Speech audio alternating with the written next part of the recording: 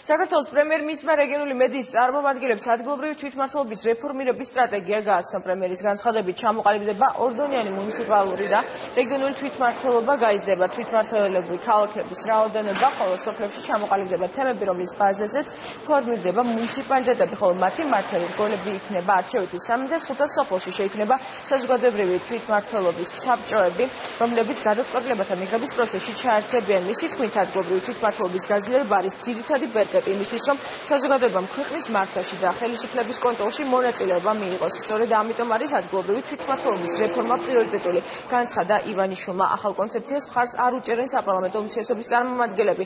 მათი თქმით, ხელისუფლება სამხარეო დონეზე გუბერნატორის ინსტიტუტს ცვლის, რაც მოხდეთ პრეზიდენტთან ანგარიშწორების კიდევ ერთი გამოხატულებაა.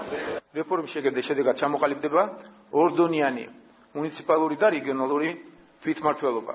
გაიზრდება თვითმმართველი ქალაქების რაოდენობა, ხოლო სოფლებისაგან ჩამოყალიბდება თემები, რომლის ბაზაზეც ფორმირდება მუნიციპალიტეტები, ხოლო მათი მმართველი რგოლები იქნება არჩევითი.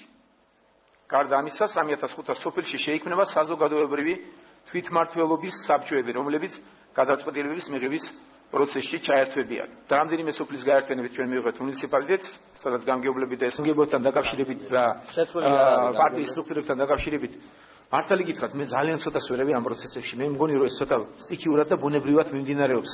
კითხვები რჩება, ცოტას გაუძლოთ, მოვითმინოთ. ეხლა ეს გაჯანსაღება ამ პროცესების ვერ მოხდება, სანამ არ ჩატარდება ადგილობრივი თვითმმართველობის. აი საბოლოოდ გაჯანსაღება მოხდება ადგილობრივი თვითმმართველობის არჩევნები, რომელიც ახალი კანონმდებლობის საფუძველზე ჩატარდება, ახალი წესით და ახალი დატვირთვა ექნება, დეცენტრალიზაცია მოხდება, რეალური დეცენტრალიზაცია მოხდება, ხელისუფლების ადგილებზე გადავა ძალიან დიდი აქცენტები და აი ამით უნდა ვისალოთ დემოკრატია. პრემიერ-მინისტრის თვითკმაყოფილება იმ კონცეფციით, რომელიც რეგიონულ განვითარების სამინისტროს გააჩნია, ჩემთვის ყოველგვარ საფუძველს არის მოკლებული. პირველ რიგში, როდესაც პრემიერ-მინისტრი საუბრობს ორდონიან თვითმმართველობაზე, მინდა ერთი რაღაც დავაკონკრეტო.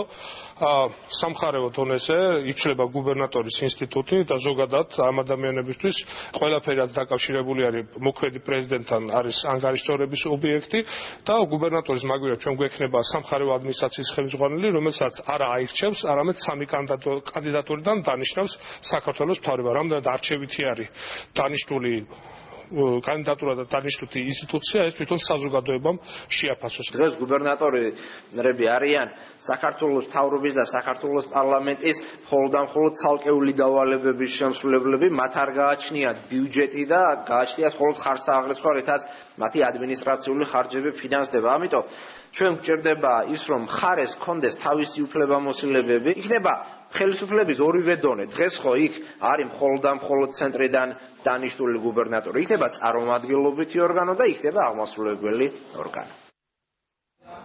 სასამართლო რეფორმა, საზოგადოებრივი მაუწყებელი ტარიფები, რეგიონული პროექტების საგარეო კურსი. პრემიერმა რეგიონულ მედიასთან შეხვედრაზე ამ თემებზეც ისაუბრა. პრემიერი საკუთარ გამოსვლაში რეგიონული თვითმმართველობის რეფორმის გატარების აუცილებლობას სოფლის მეურნეობის ჯანდაცვის განათლების სისტემებში განხორციელებულ და დაგეგმილ რეფორმებს შეეხო. ასევე ისაუბრა ელექტროენერგიისა და გაზის ტარიფებზე. ივანიშვილმა განცხადა, რომ შესაძლოა მედიკამენტებზე ფასები მკვეთრად შემცირდეს საფთიაქო ქსელის ბიზნესში ახალი კომპანიის შემოსვლის შემდეგ.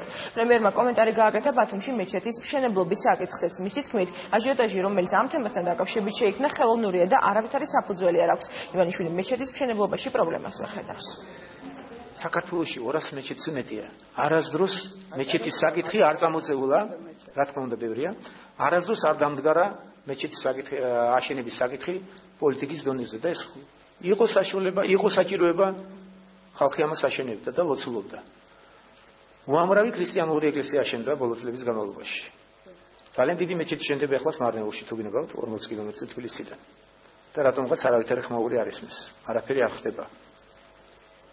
ხელოვნურად მოხერხდა ეს წინა ხელისუფლების პირობებში და პროცესში, რომ ამაზე ყურადღება გადაეტანათ. ესეთი პოლიტიკა იყო, რომ ქართველები ვართ ველურები, ეს იყო სტრატეგია.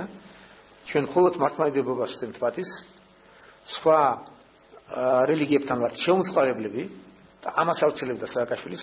ყველაფერი შეიძლება ჩვენ ვისწავლოთ ევროპიდან, ევროპელებისგან და ბევრი გვაქვს სასწავლი მართლაც და ამერიკელებისგან, მაგრამ რასაც ქვია შემწყნარებლობა, რასაც ტოლერანტობას ეძახიან, ქართველებს ამას ვერავინ ვერ ასწავლის. მარტო მე დანინახეთ თბილისში, რამდენი ეკლესია გვერდიგვერდა, როგორ მეგობრულად ცხოვრობდნენ და უყურებდნენ, როგორ ცემდნენ თავის რელიგიას პატივს სხვადასხვა რელიგიის წარმომადგენლები. არ არსებობს ეს პრობლემა არის ხელოვნურად წამოწეული პრობლემა. ამას უნდა შევხედოთ მარტივი თვალით, რომ ქართველი მუსლიმები ისეთვე ჩვენი მოქალაქეები არიან, როგორც ქართველი მართლმადიდებლები და მათ უნდა მივიცეთ საშუალება თუ არის მოთხოვნილება იმის, რომ აშენდეს მეჩეთი.